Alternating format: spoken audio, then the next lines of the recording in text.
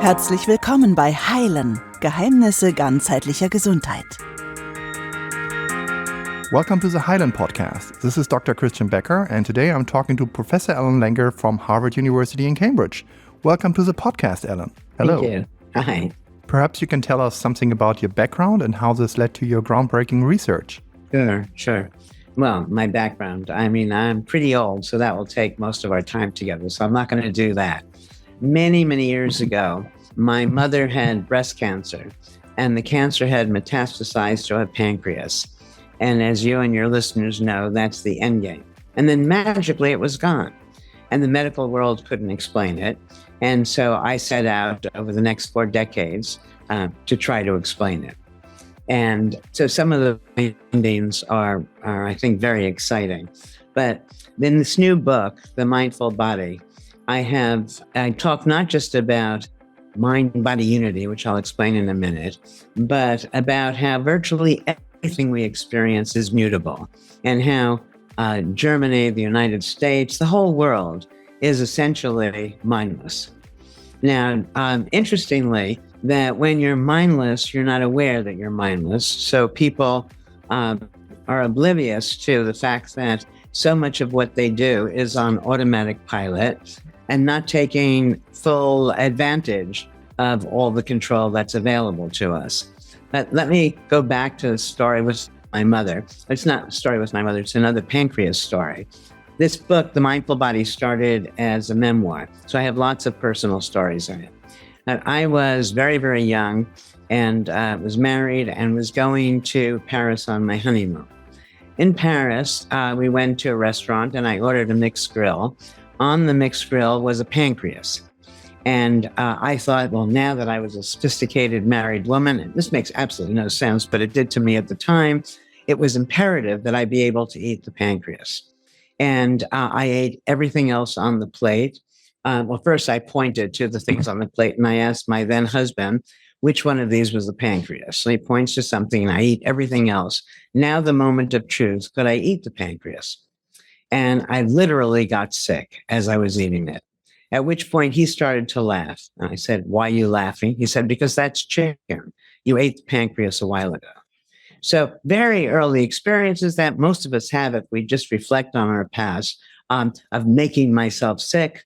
And that with my mother's spontaneous remission was, well, how can we use our psychology to make us better? The mind-body unity idea is very simple, but if we go back to a few decades ago, the medical model, as you know, was steeped in the notion that psychology was essentially irrelevant. The only way you were going to get sick was the introduction of a pathogen, an antigen. Now, most medical people believe in what's called the mind-body connection, which I don't even understand, because you have the same problem that how do you get from this fuzzy thought to something material called the body? And so what I said, these are just words. Let's put the mind and body back together. And if we do that, then wherever we're putting the mind, we're necessarily putting the body. And I have a host of studies supporting this idea. The earliest one was the counterclockwise study. In the study, we retrofitted a retreat to 20 years earlier, and we had elderly men live there as if they were there themselves. So, for example, they spoke about past events as if they were just unfolding. In a period of time as short as 1 week, these old men, their hearing improved, their vision improved, their memory, their strength, and they look noticeably younger. So let me go from the first study that I report in this book to the last one. We just recently completed a study on wound healing. So we inflict a wound, not a big wound because we're not sadists, but it's still a wound. And we have people sitting in front of a clock. Unbeknownst to them, the clock is rigged. So for a third of the people, the clock is going twice as fast as real time. For a third of the people, it's going half as fast as real time. And for a third of the people, it's real time. And the question we're asking is, does that wound heal based on what almost everybody prior to this work would believe? The body just takes real time to heal. Or would clock time, perceived time, be the leading factor? And it turns out that it was clock time. Our healing was a function of our perceived time. And we have so many of these studies. We have, and they're not all with clocks, but we have people in a sleep lab. They wake up, the clock tells them that they got 2 hours more sleep than they got, 2 hours fewer, or the amount of sleep they got. And again, biological and cognitive function seems to follow perceived time. So, we come at this idea of mind-body unity from many directions, and study after study suggests that we can get a great deal of distance, even if just for heuristic purposes, by seeing the mind and body as a single unit. Doesn't mean nothing's happening under the hood, so to speak. It's just that it's all happening more or less simultaneously. So we don't have to worry about mediators. With this in mind, that many of the practices of the medical world, it seems to me, have an obligation to change. Because everything that was being done under the assumption that it doesn't make a difference how anybody feels. You're going to get sick and you're going to get sick, and then we'll give you medicine and you'll get better. And, all the data now say, well, that's not so. So one of the important ones for me, since my mother, as I said, had breast cancer, is about the idea of remission versus cure. So a friend of mine had very, very bad case of cancer. I went to see her and I said, so how are you? Because she just got back from Mass General. And she said, they told her cancer's in remission. And at that moment, a light went off. I said, wait a second. If I went for the very same tests, presumably they tell me I don't have cancer. Why is it I don't have it, but you have it in remission? And so then I read as much as I possibly could, and there was no real good reason for this. But the difference psychologically is enormous. If you think you're in remission, then you're always stressed, worrying, will it come back or not? If you feel you're cured, you just go about your business. And by that stress keeps you ill. And by assuming that it's over, you're being more mindful. And I have many studies, Christian, where we make people more mindful, this active noticing, the neurons are firing, and it turns out people become healthier and live longer. So before I did this study, I called Susan Love. I don't know if you knew Susan when she was alive. Susan was one of the leading breast oncologists in the world. Because, if I'm going to tell people that they should see their cancer as cured rather than in remission, that's a big thing, unless I have some big shot on the medical end telling me go for it. And she said that's what she tells her people all the time. Interesting. And so some of the things that are done, maybe for insurance purposes, or they're done because the medical world doesn't see that it makes a difference, I think make a very, very big difference for people. And also this is something that's bothered me for years. I have great respect, by the way, for the medical world. If I became sick, I certainly would see a doctor, medical doctor. Nevertheless, this thing where a woman who's told that her cancer is in remission has to be stressed about that for 5 years before the medical world will give their stamp of approval and say you're cured. So where did that 5 years come from? And that hasn't come from any place. Now you add that to a very strong belief that I have, and slowly the medical world is coming to the same understanding that stress may be our biggest killer. So it's not just that we're not helping, but to follow the Hippocratic Oath, we're harming people by telling them that they're in remission. And that's something that I think both in across psychology and in the medical world is sort of rampant. You have something that's bad, and then the experts show you how to make it better. There's a whole other way that's better than that better that we don't look at. So there are all of these chronic illnesses that, because they're called chronic, people understand that as you have no control over them. Well, that's just not true. All chronic means is the medical world hasn't figured out how to control them. But there are many things as individuals that we can do. Nobody thinks to do them. We have, as I report in The Mindful Body, lots of research on what I call attention to symptom variability, which is a fancy word for mindfulness. And let's go back one more step, because I don't think people, when they hear the word mindfulness, know what I'm talking about. It has nothing to do with meditation. Meditation is fine. Meditation is a practice you engage in 20 minutes twice a day to lead to post-meditative mindfulness. Mindfulness, as we study it, is immediate. It's very much in process, not, you don't take yourself out of the world, but actually put yourself more in the world. All you need to do is notice. Now, what happens is that when you think you know, you don't notice. Why should you bother? If you knew what I was going to say next, you wouldn't pay attention to what I'm saying, right? And medical people, especially, you're given so much information to memorize as you go through medical school that you're holding all of that information still. When in fact, there are very few facts, if any, that don't depend on context. So an example, and then I may give you a chance to ask me a question. I'm on a roll right now. So if I asked you, Christian, how much is 1 + 1? This is the thing everybody thinks they know. You don't have to go to medical school to get this information. What are you going to say? Usually I would say 2. 2. Okay. And interestingly, I asked Chat GPT 3, 4, 5, whatever, how much is 1 + 1? Chat, the genius, right? Artificial intelligence genius says 2. And I say, can it be anything else? They say, no, 2. Well, if you add 1 cloud plus 1 cloud, 1 + 1 is 1. You add 1 wad of chewing gum plus 1 wad of chewing gum, 1 + 1 is 1. You add 1 pile of laundry plus 1 pile of laundry, 1 + 1 is 1. All right. So in the real world, 1 + 1 probably doesn't equal 2 as more often as it does. Just depends on the examples you pull to mind. Now, think about the difference. If somebody now asks you a question, they ask you, Christian, how much is 1 + 1? You're not going to mindlessly blurt out 2 anymore. You're going to pay some attention to the context. You're going to be present. And when you're present, you have an opportunity to notice things that otherwise, to which you'd be blind, advantages that you didn't even know were there, and also to avoid mishaps.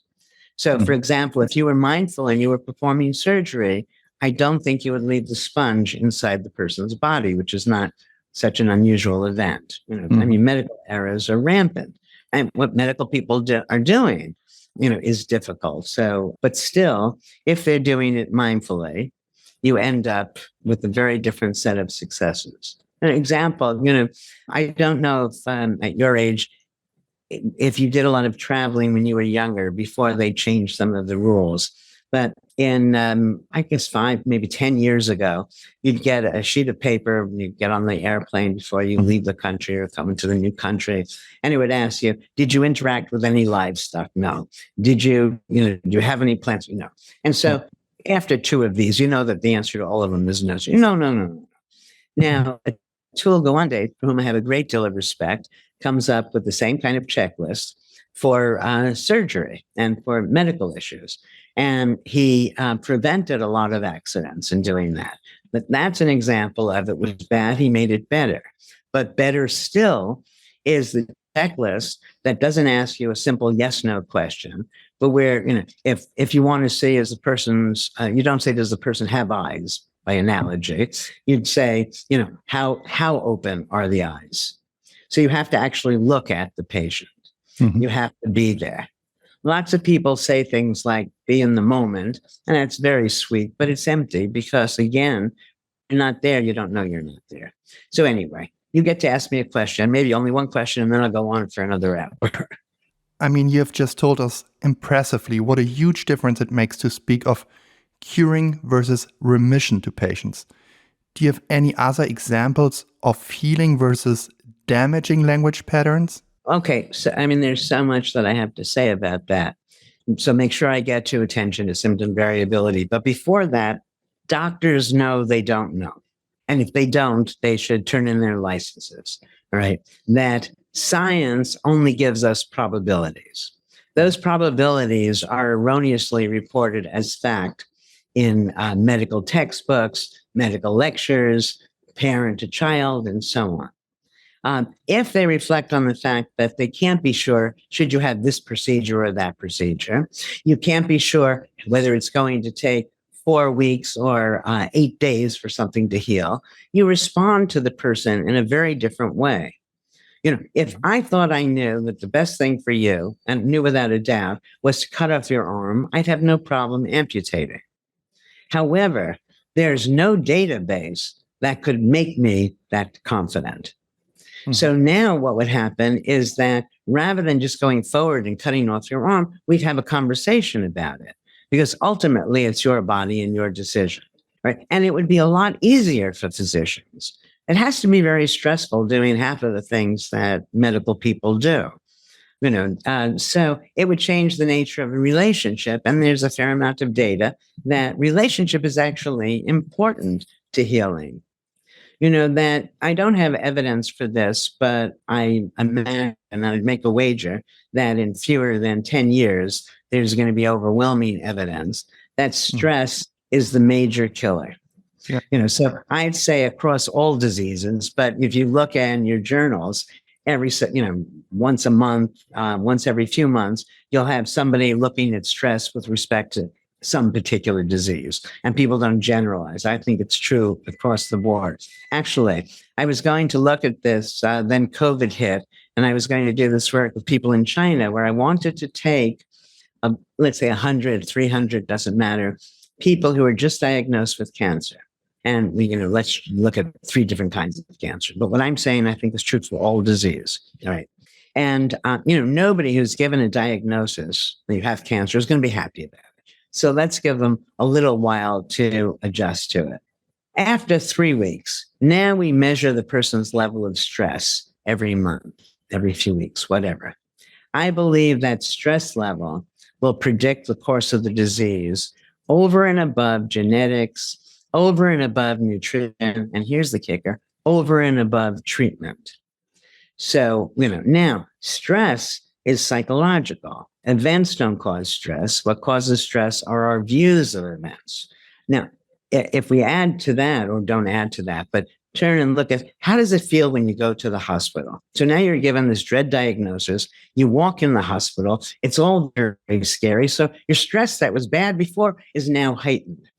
If you're talking to a doctor who has a lovely bedside manner, who is treating you like a person, as an equal in some ways, and so on, that's going to help you reduce stress. So it's not just that you're going to have more of a relationship.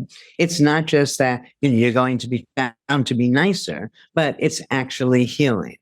Now, if the doctor is mindful, that means they know that they don't know in advance of checking every hour or so. They can't do. But if they were to do it, the person is changing. The symptoms are changing. And if they don't know, then they're going to tune into the person differently. 2 things happen with that. The first is that the person feels seen, and that's relaxing. And as I said, I believe for their health. But also, the doctor, now being more mindful, is improving his or her own health. Everybody wins. Yeah. And as knowledge will become commodity anyway because of AI, do you think that the focus could be more on, like at universities, university hospitals, could be more on how you talk to patients and how you treat them emotionally?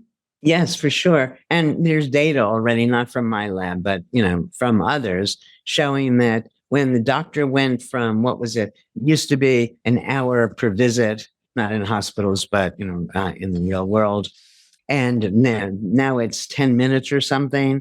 It's very hard to build a relationship and confidence in 10 minutes. And so when they vary how long the doctor visit is, even if everything else stays constant, people get better. And I mean, just think about, it doesn't require any brilliance to come up with how we might change the situation, because once the doctor realizes that the patient's relationship to that person, the patient's sense of contentedness, fear, all of that is keenly related to their health, they would naturally know what to do. A conscious choice of the spoken word is one thing. To what extent is the language of hospital architecture decisive for the healing of patients? What do you think? Towards the end of the Mindful Body, I talk about a mindful hospital. that hospitals in the most important ways haven't changed since they first came into being. You have upgraded equipment and so on, but it's still the case that you walk in, it's all sterile and scared. I was going to do this, help a student do this for an honors thesis way back when. Very simple thing. Probably not worth doing because once you think of it, it's sort of course, that's the case. Walk into a patient's room and they're on an IV. That makes you scared as the visitor. And you stand back and your interaction with the person is awkward, to say the best. Okay. Imagine that the IV, the pole itself, was decorated like a candy cane, red and white stripes, which is more inviting. It doesn't require giant changes to make the place more like a spa in some sense, less like a hospital. But, people have gotten in touch with me about creating this mindful hospital, and it would be just completely different. You have in the ICU importance that people are separated from others and it's quiet and so on. But for most of the things people have in hospitals, they should be encouraged to interact with each other. There's a lot of research about the importance of social support. The family, I think, should be brought into help.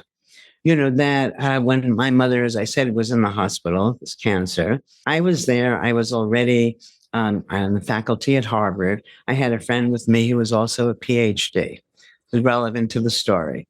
Now she has to go for x-rays, MRIs, whatever it was.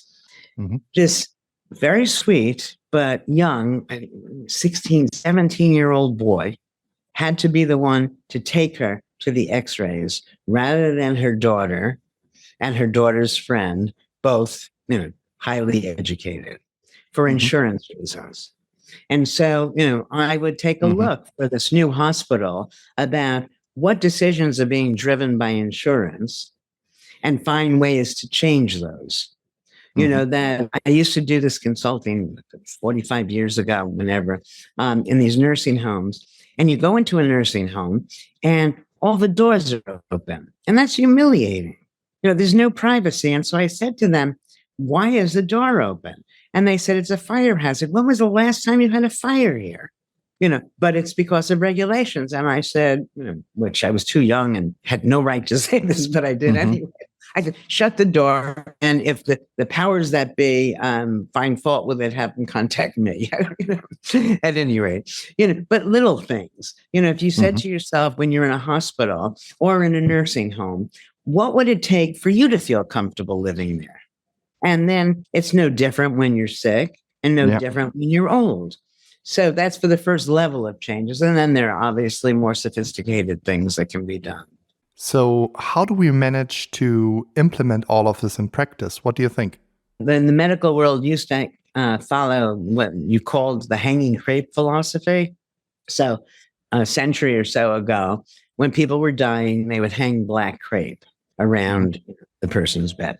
Now, let's bring back insurance. Imagine that someone you love is dying, and the physician tells you they're going to die, and then they live. Oh, you're going to be thrilled, right?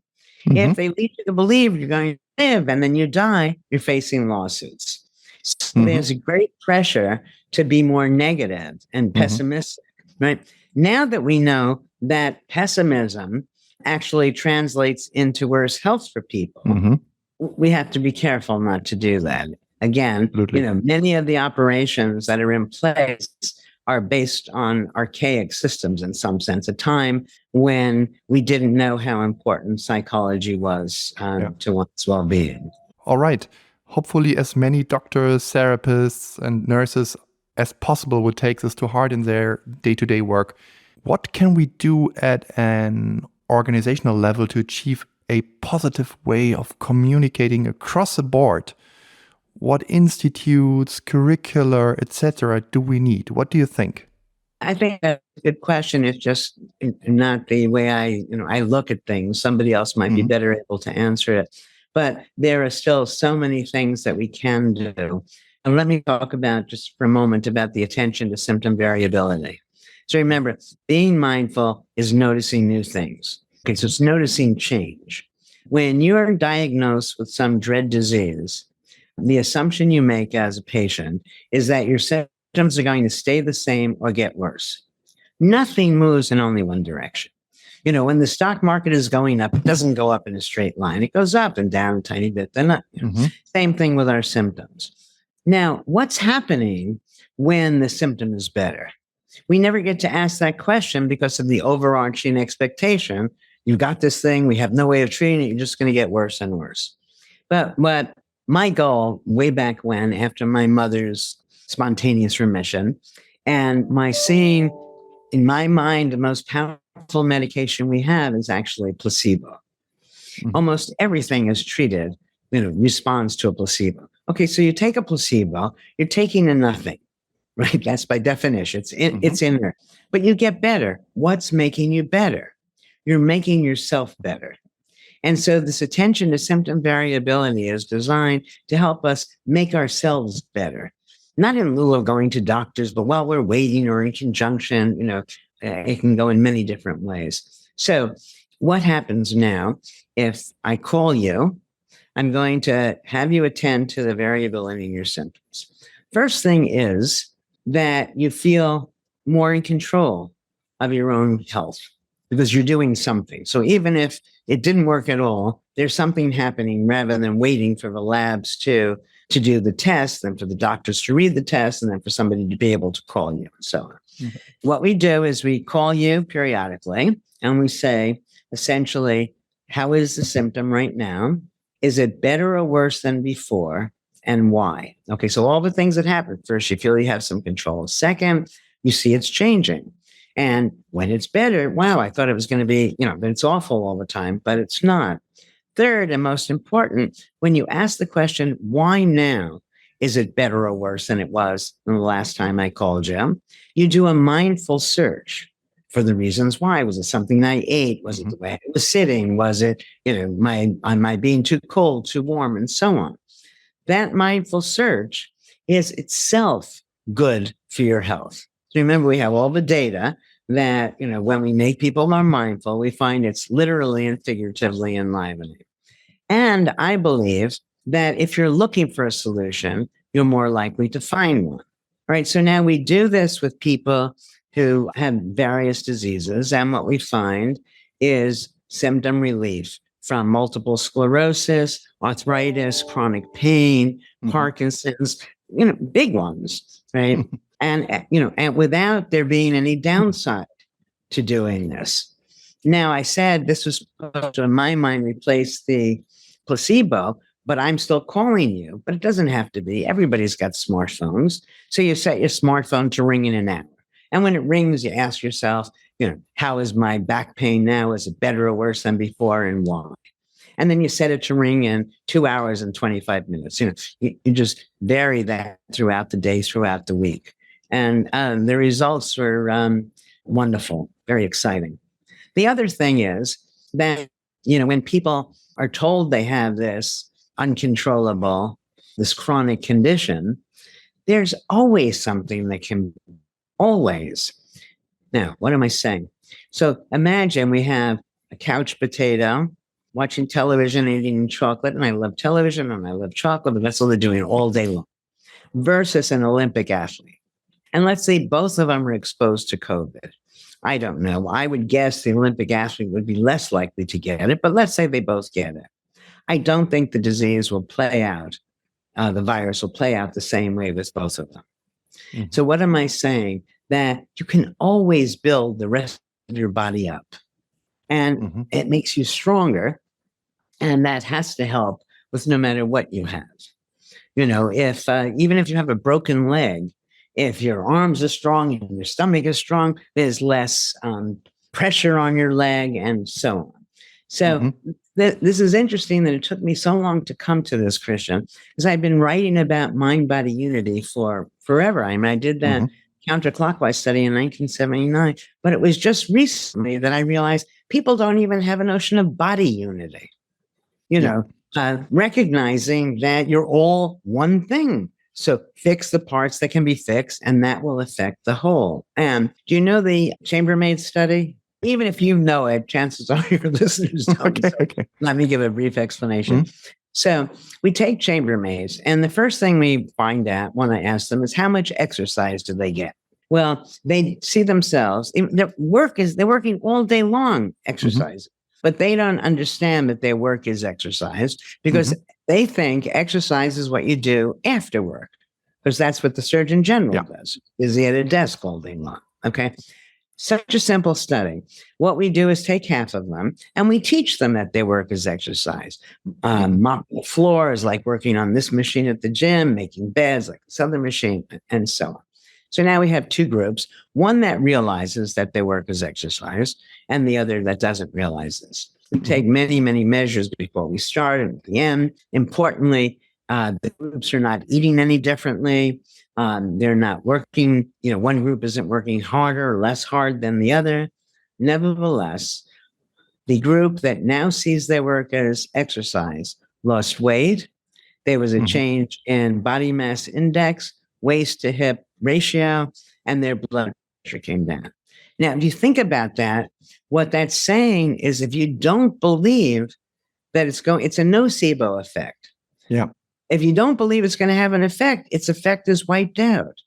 So by not realizing that the body is one body, it's amazing how we're unintentionally harming ourselves. So you could even go to the gym. You could even go to the gym and not knowing that you actually do exercises, and then you would have the nocebo effect, right? You wouldn't profit from doing sports. Well, I also in the book talk about data from other labs on imagined exercise. Where the effects of doing this arm exercise, right, for your biceps, or imagining yourself doing it, both increase your muscle mass. So that the people who are in cast, who can't exercise, can exercise their minds. There's so many ways that we can help ourselves but we're not going to, as long as we're not aware that one's psychology plays a part in healing. I would argue that most doctors are not aware of how variable the end result, or you could also say the prognosis, is for a particular disease, and how crucial it is how they communicate on the one hand side and how the patient deals with these themselves on the other. What is the reason for this, I would say, ignorance? The medical world is made aware that all of the data they're dealing with are only probabilities. You would necessarily, let's say I want you, what's the weather tomorrow? It's going to rain. Versus it's supposed to, it may rain. Yeah. You organize yourself huge difference. Yeah. And, so I think that there are medical people who, I don't think they're trying to fool their patients. I think that the way they've been taught, it's sort of drummed into their head that, this leads to this, and we know, and that's the end of the story. No, I think making the doctors aware of all they don't know would naturally lead them to embrace the partnership to some extent, at least, of their respective patients. But to, prognoses, some of the stuff is scary to me. I have the watch, and many people have the watch where it tells you what your blood pressure is. And these things are not perfect. So you have two things operating at once. One is that even if we're perfectly giving you the numbers, those numbers don't necessarily mean what we understand them to mean. Second, the technology is not perfect. I have a friend who, oh my God, my blood pressure is up to 150. And the numbers alone get scary. Yeah. So I think we all have to do some recalibrating. So hopefully your work will be implemented in many medical schools, and hopefully your work will also be implemented via AI maybe. So I could imagine an AI which actually translates former medical speech to patients into how it should be, like positive talk. Conditionally. Yeah. Yeah. Not just positive, but conditional. Yeah. So, so 1 plus 1, now that we know that it's not necessarily 2, that if you're asked how much is 1 plus 1, you'd say it could be 2. And, so you could have breast cancer. Feels very different from you have breast cancer. You have 6 months to live. I mean, people say these things, well-meaning people, but they think people need to be told the truth as if they know the truth.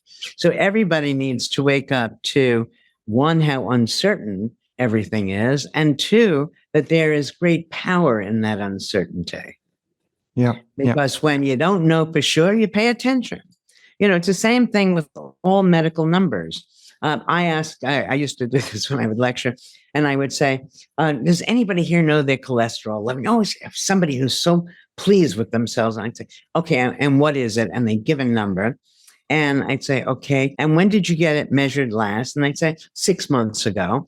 And then I'd say, and you haven't eaten or exercised since? And if you never do, you'll die a healthy person. For people to recognize physicians are limited. You can, you take your measures once a year, once every 6 months, whatever. If somebody's got a dread disease, once a month. But things are changing daily.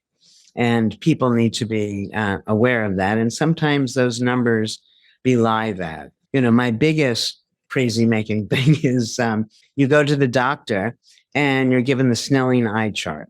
Now, you and your listeners probably realize at this point I'm strange. When the doctor asks you to read as they point to the letter on the chart, you probably just do so. For me, I say, wait a second. These letters are getting progressively smaller. You're setting it up so I won't see. So we raise the question, what would happen if we changed the person's expectation? So instead of the letters getting progressively smaller, now they're getting progressively larger. And so you expect that soon you will be able to see. And when we do that, you can see what you couldn't see before. Now, I think the eye chart is the perfect example of how people overuse medical numbers, because when in the world are you looking at letters that don't make any sense, that are static and black and white? The world is dynamic. I don't know about you, but I see the restaurant sign when I'm hungry a lot sooner than when I'm not hungry. I see things in motion and from things that are still. I see things in color. And most important, to go back to that attention to variability, my vision changes in the course of the day. When you go to the doctor, you're going one time and assuming that's your vision at all times. So let's say you did attention to variability with your vision, and you don't wear the glasses unless you're really in visual trouble, right? And then you put them on when you need it, and then you take them off again. And you note, when is it I need it? Well, I don't wear glasses, but, I could find that, around 3 o'clock in the afternoon, I need the glasses. Well, then you have lots of options, take a nap, have an energy bar, and energy bars. I love this. We used to call them candy bars. And candy bars you're not supposed to have. An energy bar you're allowed to have. You take a mix and it's a cake mix, but you make it a muffin, then it's okay. But cake is not okay. And the different labeling actually psychologically plays out very differently. And you asked initially about the architecture. Yes, I think that hospitals should be redesigned, and that's one of the things that we're thinking of doing. So it's not just that every program in the hospital needs to be thought about differently, that everybody needs to make it a place where mindfulness is the rule rather than the exception, and the physical environment supports that. But the important thing is that we could start, Christian, you come to me and you say, you've got a donor who's got so much money. Let's start from ground up and build a hospital and make it so it's actually more health promoting. And we can do that. Or we could go into the hospital that exists right now. It wouldn't be as grand. The changes would not be, so large, but I think they would still be measurable. Even the thing that I mentioned about the IV post. Yes, and of course, you are also invited to take a look at our MUX Health Center in Starnberg, Germany. I think we have already implemented some of the above in the design of our premises and in our philosophy also. I would be delighted if you would take a look and join, Ellen. I would like to see it. But you know what? What could happen if you wanted to do a very quick study, if this hospital or any hospital in Germany has a children's ward. So now let's say that for some reason we don't have a lot of children in the children's ward, and we tell people in one of the other parts of the hospital that their rooms are being recreated. So for a while they have to live in the children's ward. I think that alone they would Quick get fix. that. Yeah. Quick win, right? Why does it seem that esotericists have been preaching some of these principles for a very long time?